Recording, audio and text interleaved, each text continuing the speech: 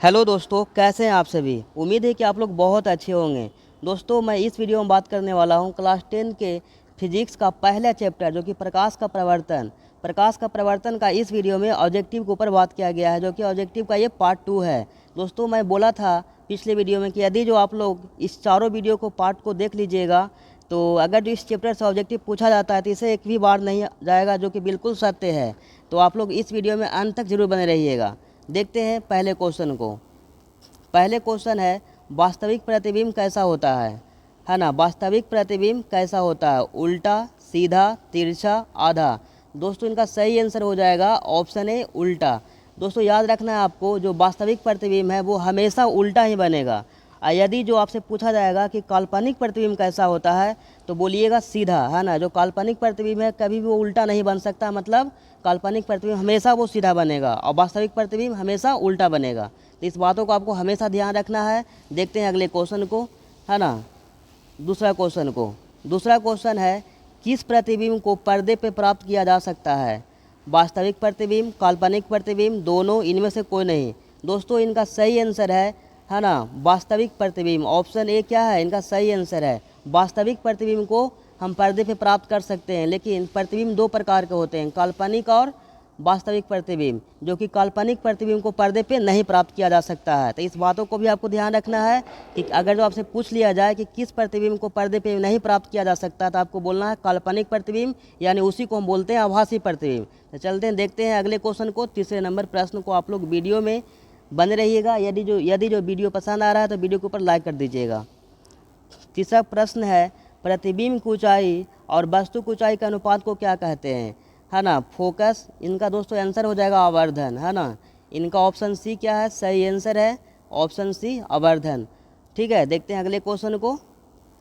4 number question है, प्रकृति में ऊर्जा का मुख्य स्रोत क्या है।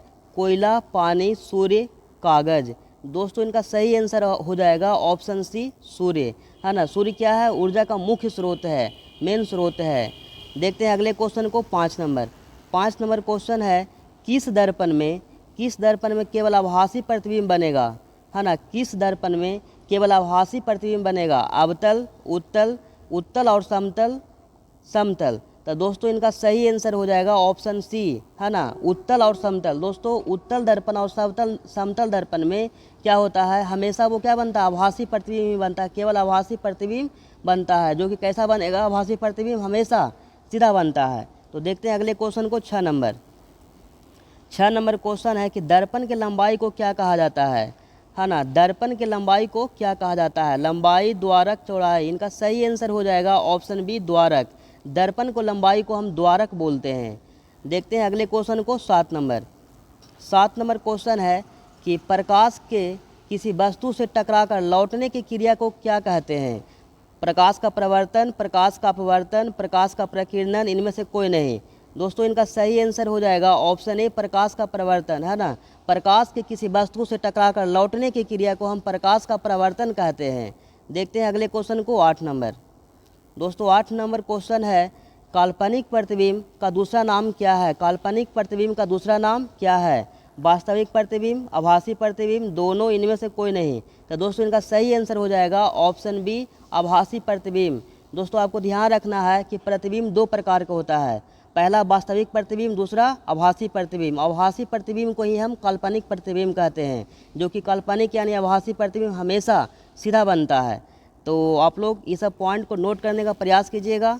देखते हैं अगले क्वेश्चन। 9 नंबर क्वेश्चन है, अवतल दर्पण द्वारा बना प्रतिबिंब होता है। अवतल दर्पण द्वारा बना प्रतिबिंब होता है काल्पनिक और सीधा, वास्तविक और उल्टा, दोनों, इनमें से कोई नहीं।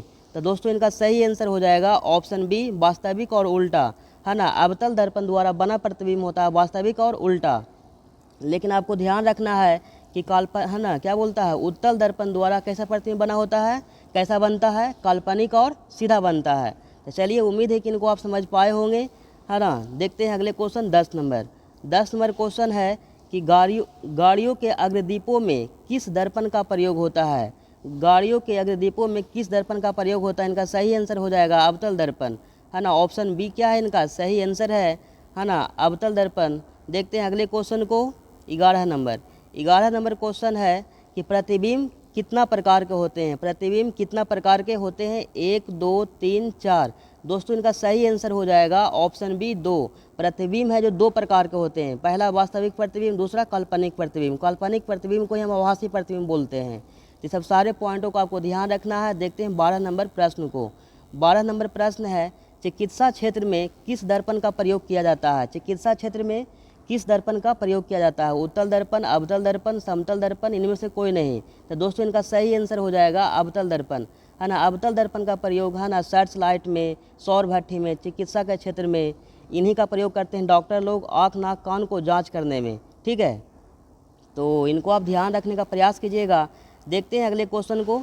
13 नंबर क्वेश्चन है हजामत बनाने के लिए व्यवहार किया जाता है समतल दर्पण, अवतल दर्पण, उत्तल दर्पण।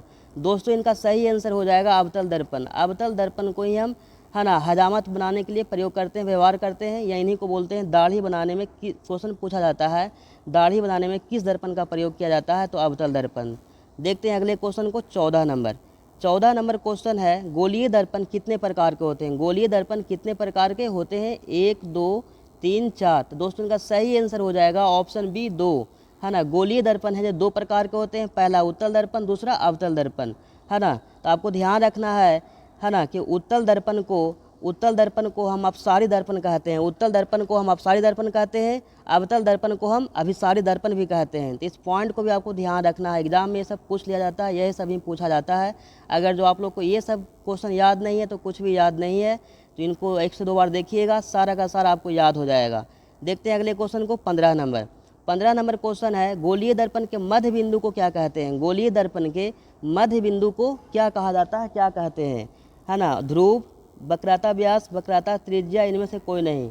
इनका आंसर सही हो जाएगा दोस्तों ऑप्शन ए ध्रुव, है ना। गोलीय दर्पण के मध्य बिंदु को ध्रुव कहते हैं। गोलीय दर्पण के मध्य बिंदु को क्या कहते हैं, ध्रुव कहा जाता है। देखते हैं अगले क्वेश्चन को। 16 नंबर क्वेश्चन है सौर भट्टियों में किस दर्पण का प्रयोग किया जाता है ना। अवतल दर्पण, उत्तल दर्पण, समतल दर्पण, इनमें से कोई नहीं। तो दोस्तों आपको बताए थे, है ना, ऑप्शन ए इनका सही आंसर है अवतल दर्पण। अवतल दर्पण का ही प्रयोग करते हैं सौर भट्टी में, है ना। देखते हैं अगले क्वेश्चन को। और इन्हीं का प्रयोग किया जाता है टॉर्च में भी, इन्हीं का प्रयोग किया जाता है, क्या बोलता है, अवतल दर्पण का ही। देखते हैं अगले क्वेश्चन को। 17 नंबर क्वेश्चन है कि गोलीय दर्पण में फोकसांतर एवं वक्रता त्रिज्या के बीच संबंध क्या होता है ना। गोलीय दर्पण में फोकसांतर एवं वक्रता त्रिज्या के बीच संबंध क्या होता है। इससे संबंध होता है दोस्तों, है ना, F = R/2। क्या F = R/2 आप देख सकते हैं कि किस ऑप्शन में है। तो आप देख सकते हैं ऑप्शन सी क्या है, इनका सही आंसर है F = R/2। तो इनको आप ध्यान रखने का प्रयास कीजिएगा, है ना, F = R/2। देखते हैं अगले क्वेश्चन को। 18 नंबर, है ना। 18 नंबर क्वेश्चन है किसी समतल दर्पण में वक्रता त्रिज्या होता है। किसी समतल दर्पण में वक्रता त्रिज्या होता है शून्य, अनंत, शून्य और अनंत के बीच, इनमें से कोई नहीं। तो दोस्तों इनका सही आंसर हो जाएगा ऑप्शन बी अनंत। समतल दर्पण में वक्रता त्रिज्या क्या होता है, अनंत होता है। देखते हैं अगले क्वेश्चन को। 19 नंबर क्वेश्चन है ना। 19 नंबर क्वेश्चन है दोस्तों समतल दर्पण द्वारा बना प्रतिबिंब होता है। समतल दर्पण द्वारा बना प्रतिबिंब होता है काल्पनिक, वास्तविक, दोनों, इनमें से कोई नहीं। आपको बताना है कि समतल दर्पण द्वारा कैसा प्रतिबिंब बनता है ना। काल्पनिक, वास्तविक, दोनों, कोई नहीं। तो दोस्तों आपको ध्यान रखना का समतल दर्पण द्वारा हमेशा काल्पनिक प्रतिबिंब बनता है ना। समतल दर्पण द्वारा काल्पनिक प्रतिबिंब बनता है और एक उत्तल दर्पण में भी काल्पनिक यानी आभासी प्रतिबिंब बनता है। तो आपको इस बातों को भी ध्यान रखना है कि समतल दर्पण में नहीं, उत्तल दर्पण में भी काल्पनिक प्रतिबिंब ही बनता है, और जो कैसा बनता है, सीधा बनता है। आपको मैं बार बार बोल रहा हूँ कि जब भी काल्पनिक प्रतिबिंब बनेगा तब वो हमेशा सीधा बनेगा, और वास्तविक बनेगा तब वो हमेशा उल्टा बनेगा। तो आपको सब सारे पॉइंट को नोट कीजिए, है ना, याद रखने का प्रयास कीजिएगा। देखते हैं लास्ट क्वेश्चन है इस वीडियो का, 20 नंबर क्वेश्चन है सर्च लाइट का प्रवर्तक सतह होता है। सर्च लाइट का प्रवर्तक सतह होता है ना, समतल, उत्तल। तो दोस्तों इनका सही आंसर हो जाएगा ऑप्शन सी अवतल, है ना। जो सर्च लाइट का प्रवर्तक सतह कैसा होता है, अवतल होता है। तो दोस्तों उम्मीद है कि आप लोग को ये वीडियो पसंद आया होगा। तो इनके ऊपर एक लाइक कर दीजिएगा, अपने फ्रेंड के बीच शेयर कर दीजिएगा। फिर आपसे मिलते हैं किसी अगले वीडियो में। तब तक के लिए जय हिंद।